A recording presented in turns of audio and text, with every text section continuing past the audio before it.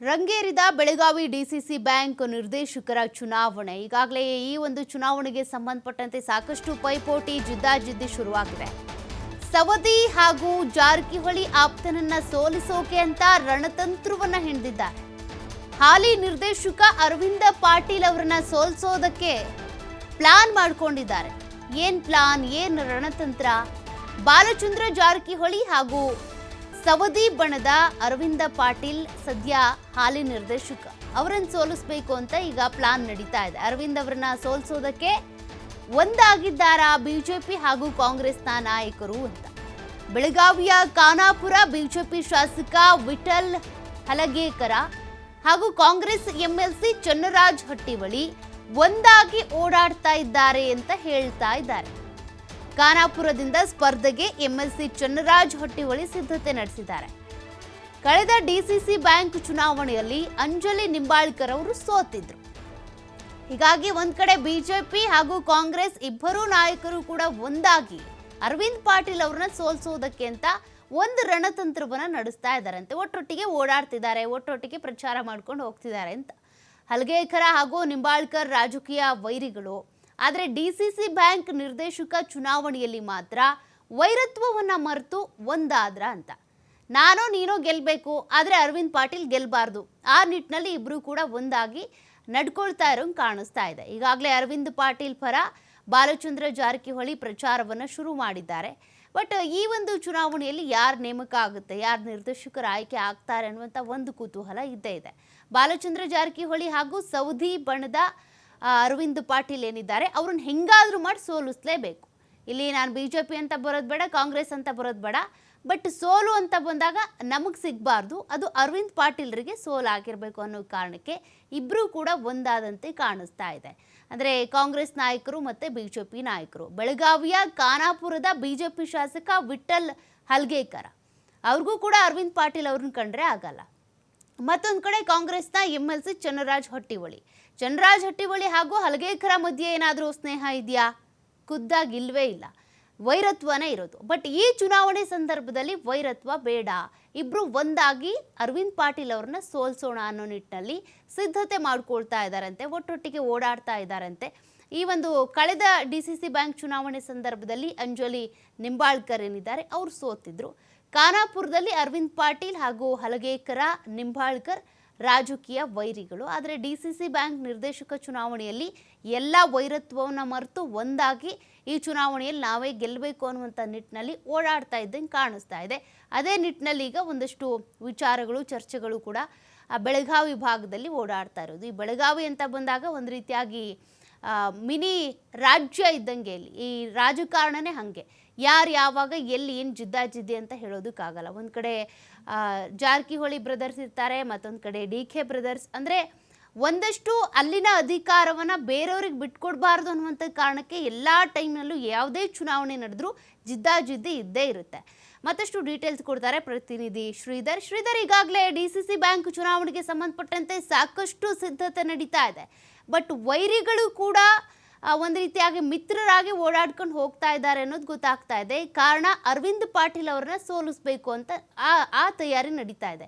ಹೇಗಿದೆ ಈ ಒಂದು ಡಿಸಿಸಿ ಬ್ಯಾಂಕ್ ಚುನಾವಣೆ ತಯಾರಿ?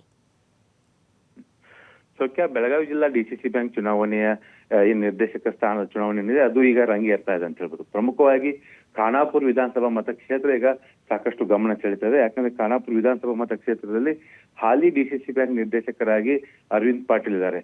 ಅರವಿಂದ್ ಪಾಟೀಲ್ ಈ ಹಿಂದೆ ಎಂಇಎಸ್ ನಿಂದ ಶಾಸಕರಾಗಿ ಗೆದ್ದು ಬಂದಿದ್ರು. ತದನಂತರ ಬಿಜೆಪಿನ ಸೇರ್ಕೊಂಡು ಬಾಲಚಂದ್ರ ಜಾರಕಿಹೊಳಿ ಬಣದಲ್ಲಿ ಗುರುತಿಸಿಕೊಂಡಿದ್ದಾರೆ ಮತ್ತು ಲಕ್ಷ್ಮಣ್ ಸವದಿ ಆಪ್ತರು ಕೂಡ ಹೌದು. ಹೀಗಾಗಿ ಜಾರಕಿಹೊಳಿ ಬ್ರದರ್ಸ್ ಮತ್ತು ಲಕ್ಷ್ಮಣ್ ಸವದಿ ಆಪ್ತರಾಗಿರ್ತಕ್ಕಂಥ ಅರವಿಂದ್ ಪಾಟೀಲ್ನ ಈ ಬಾರಿ ಸೋಲಿಸೋದಕ್ಕೆ ಎಲ್ಲ ರೀತಿಯ ರಣತಂತ್ರಗಳು ಆರಂಭ ಆಗ್ತದೆ. ಯಾಕಂದ್ರೆ ಕಳೆದ ಬಾರಿ ಡಿಸಿಸಿ ಬ್ಯಾಂಕ್ ಚುನಾವಣೆಯಲ್ಲಿ ನಿರ್ದೇಶಕರಾಗಬೇಕಂತ ಚನ್ನರಾಜ್ ಹಟ್ಟಿಹೊಳಿ ಪ್ರಯತ್ನ ಕೈಗೂಡಿರ್ಲಿಲ್ಲ. ಈಗ ಚನ್ನರಾಜ್ ಹಟ್ಟಿಹೊಳಿ ಅಂದ್ರೆ ಸಚಿವ ಲಕ್ಷ್ಮೀ ಹೆಬ್ಬಾಳ್ಕರ್ ಸಹೋದರ ಚನ್ನರಾಜ್ ಹಟ್ಟಿಹೊಳಿ ಈ ಬಾರಿ ಖಾನಾಪುರ್ ಮತಕ್ಷೇತ್ರದಿಂದ ಡಿಸಿಸಿ ಬ್ಯಾಂಕ್ ಸ್ಪರ್ಧೆಗೆ ಒಂದು ಆಯ್ಕೆಗೆ ಈಗಾಗಲೇ ಅವರು ಸಿದ್ಧತೆ ನಡೆಸ್ತಾ ಇದ್ದಾರೆ. ಯಾಕಂದ್ರೆ ಖಾನಾಪುರ ತಾಲೂಕಿನ ಚಿಕ್ಕ ಹಟ್ಟಿಹೊಳಿ ಗ್ರಾಮ ಏನಿದೆ ಅದು ಚನ್ನರಾಜ್ ಹಟ್ಟಿಹೊಳಿ ಸ್ವಂತ ಊರು. ಹಾಗಾಗಿ ತಮ್ಮದೇ ಮತಕ್ಷೇತ್ರದಿಂದ ಡಿಸಿಸಿ ಬ್ಯಾಂಕ್ ಗೆದ್ದು ಬರಬೇಕು ಅಂತ ನಿಟ್ಟಿನಲ್ಲಿ ಕೂಡ ಅವರು ಕೂಡ ಈಗ ಅಖಾಡಕ್ಕೆ ಧುಮುಕಿರ್ತಕ್ಕಂಥದ್ದು. ಇಲ್ಲಿ ಒಂದು ಅಂಶ ನಾವು ಗಮನಿಸಬೇಕು ಸೌಖ್ಯ, ಏನಂದ್ರೆ ಅರವಿಂದ್ ಪಾಟೀಲ್ ಜಾರಕಿಹೊಳಿ ಬ್ರದರ್ಸ್ ಮತ್ತು ಲಕ್ಷ್ಮಣ್ ಸವದಿ ಆಪ್ತ ಆಗಿದ್ರೆ ಕಳೆದ ಚುನಾವಣೆಯಲ್ಲಿ ಇದೇ ಅರವಿಂದ್ ಪಾಟೀಲ್ ವಿರುದ್ಧ ಏನು ಅಂದಿನ ಶಾಸಕಿಯಾಗಿದ್ದಂತ ಅಂಜಲಿ ನಿಂಬಾಳ್ಕರ್ ಚುನಾವಣಾ ಅಖಾಡದಲ್ಲಿದ್ರು. ಆದ್ರೆ ಆಗ ಜಾರಕಿಹೊಳಿ ಬ್ರದರ್ಸ್ ಬಣ ಏನು ಅರವಿಂದ್ ಪಾಟೀಲ್ ಪರವಾಗಿ ನಿಂತ್ರೆ, ಕತ್ತಿ ಸೋದರ ಬಣ ಏನಿದೆ ಆ ಬಣ ಇದ್ದಿದ್ದು ಏನು ಅಂಜಲಿ ನಿಂಬಾಳ್ಕರ್ ಪರವಾಗಿ ನಿಂತಿದ್ರು. ಕೇವಲ 2 ಮತಗಳ ಅಂತರದಿಂದ ಅಂಜಲಿ ನಿಂಬಾಳ್ಕರ್ಗೆ ಸೋಲಾಗಿತ್ತು. ಆದ್ರೆ ಈಗ ಈ ಬಾರಿ ಚುನಾವಣೆ ರಾಜಕೀಯ ಲೆಕ್ಕಾಚಾರ ಬೇರೆ ಇರ್ತಕ್ಕಂಥದ್ದು. ಯಾಕಂದ್ರೆ ಈಗಾಗಲೇ ಅರವಿಂದ್ ಪಾಟೀಲ್ ಬಿಜೆಪಿಯಲ್ಲಿ ಇದ್ದಾರೆ, ಜೊತೆಗೆ ವಿಠಲ್ ಹಲ್ಗೇಕರ್ ಸ್ಥಳೀಯ ಬಿಜೆಪಿ ಶಾಸಕರು ಕೂಡ ಹೌದು. ಹಾಗಾಗಿ ವಿಠಲ್ ಹಲ್ಗೇಕರ್ ಮತ್ತು ಅರವಿಂದ್ ಪಾಟೀಲ್ ಮಧ್ಯೆ ಕೂಡ ರಾಜಕೀಯ ಮನಸ್ತಾಪ, ರಾಜಕೀಯ ವೈರತ್ವವಿದೆ. ಅರವಿಂದ್ ಪಾಟೀಲ್ ಮತ್ತು ಅಂಜಲಿ ನಿಂಬಾಳ್ಕರ್ ಮಧ್ಯೆ ಕೂಡ ರಾಜಕೀಯ ವೈರತ್ವ ಇರತಕ್ಕಂಥದ್ದು. ಇವೆಲ್ಲ 2 ರಾಜಕೀಯ ವೈರತ್ವ ಏನಿದೆ ಅದರ ಲಾಭ ಈಗ ಡಿಸಿಸಿ ಬ್ಯಾಂಕ್ ಚುನಾವಣೆಯಲ್ಲಿ ಈಗ ಏನು ಕಾಂಗ್ರೆಸ್ ಮತ್ತು ಬಿಜೆಪಿ ನಾಯಕರು ಒಂದಾಗೋದಕ್ಕೆ ಇಲ್ಲಿ ಕಾರಣ ಆಗ್ತದೆ ಅಂತ ಹೇಳ್ಬೋದು. ಯಾಕಂದ್ರೆ ಅರವಿಂದ್ ಪಾಟೀಲ್ ಸೋಲ್ಸೋದಕ್ಕೆ ಸಚಿವ ಲಕ್ಷ್ಮೀ ಹೆಬ್ಬಾಳ್ಕರ್ ಜೊತೆಗೆ ಏನು ಅಂಜಲಿ ನಿಂಬಾಳ್ಕರ್ ಮತ್ತು ಶಾಸಕ ವಿಠಲ್ ಹಲ್ಗೇಕರ್ ಒಂದಾಗ್ತಾರ ಅನ್ನುವಂತ ಇಲ್ಲಿ ಕುತೂಹಲ ಕೇಳ್ತಿದೆ. ಅದೇ ರೀತಿಯ ಒಂದು ದೃಶ್ಯಗಳು ಕೂಡ ಕಂಡು ಬರ್ತಾ ಇದಾವೆ. ಈಗಾಗಲೇ ಖಾನಾಪುರ ವಿಧಾನಸಭಾ ಮತಕ್ಷೇತ್ರದಲ್ಲಿ ಬರ್ತಕ್ಕಂಥ ಏನು 50ಕ್ಕೂ ಅಧಿಕ PKPS ಗಳಿಂದ ಅದನ್ನ ಗುರಿಯಾಗಿಟ್ಕೊಂಡು MLC ಚಂದ್ರರಾಜ್ ಹಟ್ಟಿಹೊಳಿ ಮತ್ತು ವಿಠಲ್ ಹಲ್ಗೇಕರ್ ಇಬ್ರು ಕೂಡ ಈಗ ಓಡಾಟ ನಡೆಸ್ತಾ ಇದ್ದಾರೆ. ಆದ್ರೆ ಇಲ್ಲಿ ಒಂದು ಅಂಶ ಏನಂದ್ರೆ, ಅರವಿಂದ್ ಪಾಟೀಲ್ ಬೆನ್ನಿಗೆ ಏನಂದ್ರೆ ಸ್ವತಃ ಏನು ಏನು KMS ನ ಅಧ್ಯಕ್ಷರು ಮತ್ತು ಶಾಸಕರಾದ ಬಾಲಚಂದ್ರ ಜಾರಕಿಹೊಳಿ ನಿಂತಿರ್ತಕ್ಕಂಥದ್ದು. ಅವರು ಕೂಡ ಖಾನಾಪುರ ವಿಧಾನಸಭಾ ಅಖಾಡಕ್ಕೆ ಇಳಿದು ಒಂದು ಸುತ್ತಿನ ಈಗಾಗಲೇ ಸಭೆ ಕೂಡ ನಡೆಸಿದ್ದಾರೆ. ಜೊತೆಗೆ ಅರವಿಂದ್ ಪಾಟೀಲ್ ಮತ್ತು ವಿಠಲ್ ಹಲ್ಗೇಕರ್ ಮಧ್ಯೆ ಇದ್ದಂತ ಮನಸ್ತಾಪಗಳನ್ನು ಸರಿಪಡಿಸುವಂತ ಪ್ರಯತ್ನ ಮಾಡಿದ್ರು ಕೂಡ ವಿಠಲ್ ಹಲ್ಗೇಕರ್ ಈ ಬಾರಿ ಚುನಾವಣೆಯ ಸ್ಪರ್ಧೆ ಮಾಡ್ತೀವಿ ಅನ್ನೋಂತ ಒಂದು ಅರ್ಥದಲ್ಲಿ ಅವರು ಕೂಡ ಒಂದು ಸಂದೇಶವನ್ನು ರವಾನಿಸಿರ್ತಕ್ಕಂಥದ್ದು.